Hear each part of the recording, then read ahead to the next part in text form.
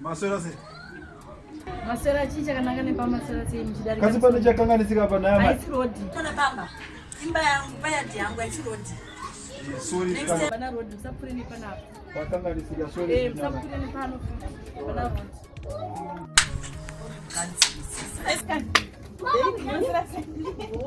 Kuti sindere kwe. Babara nda kusota bani chera babara. Kuna yangu dase. Yangu jender kana. Dega ruzoti baba emi aisirodi. Bajarinzwe. Saka nasi. Nasikana aisirodi. Ngaza mtu asiri. Mina wona.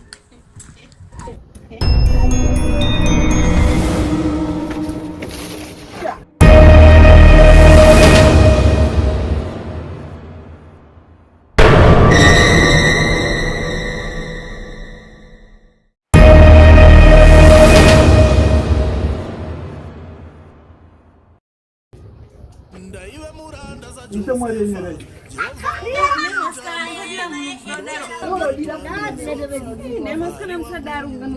Muda ngogari sana sakanaka sana. Lesha mapro. Anaposoleka kutamba. Sabuda wangu baba. Watu wenyewe. Kuri zini kwashi. Next time Dokudira mreno pisa kuti next time free kuti pana.